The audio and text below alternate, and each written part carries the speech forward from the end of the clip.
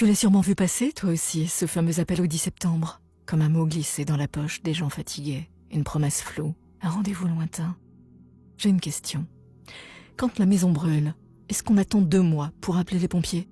Quand tout flambe, l'école, la justice, les hôpitaux, les factures, les comptes en banque, la voix même des gens, est-ce qu'on dit viendez tous, mais dans 60 jours? Qui a décidé ça? Qui parle? Qui guide? Rien. Personne. C'est toujours flou. Et si c'est flou, il y a un loup. Et quand c'est aussi flou, c'est que c'est voulu. Parce qu'un flou, ce n'est jamais neutre.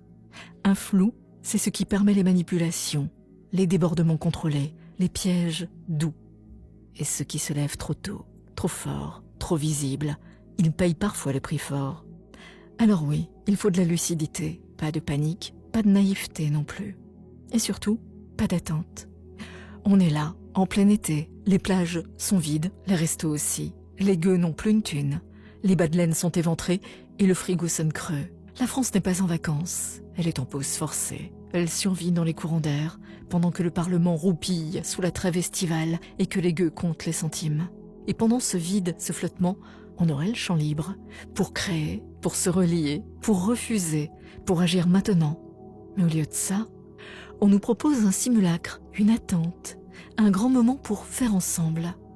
Et ça pue la stratégie de l'essoufflement programmé.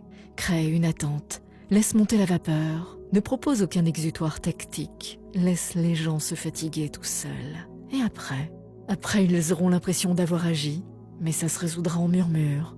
On a tenté, mais on n'a rien pu faire. C'est ça, la catharsis planifiée. Offrir un sentiment d'engagement sans prise de risque réel. Neutraliser les volontés par le simulacre d'action collective. Créer un soulagement provisoire, suivi d'un nouveau cycle de résignation. Même quand on se lève, ça sert à rien. C'est une stratégie connue, fine, provoquer l'impuissance acquise. Faux espoirs, actions sans effet, fatigue, repli. Pas besoin de répression, c'est plus subtil, plus rentable. Et si c'était monté pour ça, tu as sans doute pensé aussi. Canaliser les tensions vers le gouffre, démasquer les opposants potentiels, justifier un durcissement ultérieur. Une manif morte peut devenir un prétexte vivant, un test grandeur nature, un énième clou sur le cercueil du collectif.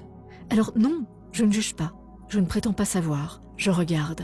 Et je préfère garder mes forces pour ce qui a du sens, maintenant. Si tu veux faire quelque chose, c'est maintenant, pas forcément bruyamment, mais clairement maintenant. Par tes choix, par tes liens, par ce que tu refuses, par ce que tu prépares maintenant. Parce que le 10 septembre, waouh, après ce 10 septembre, que restera-t-il? L'impression d'avoir participé, l'amertume d'un truc qui n'a rien changé, le feu est là. Et parfois le courage, c'est simplement de ne pas marcher vers la mise en scène, le feu qu'on garde, actif, mais qu'on oriente. Parce que si la maison brûle, on n'attend pas, on se lève et on refuse de flamber avec le décor.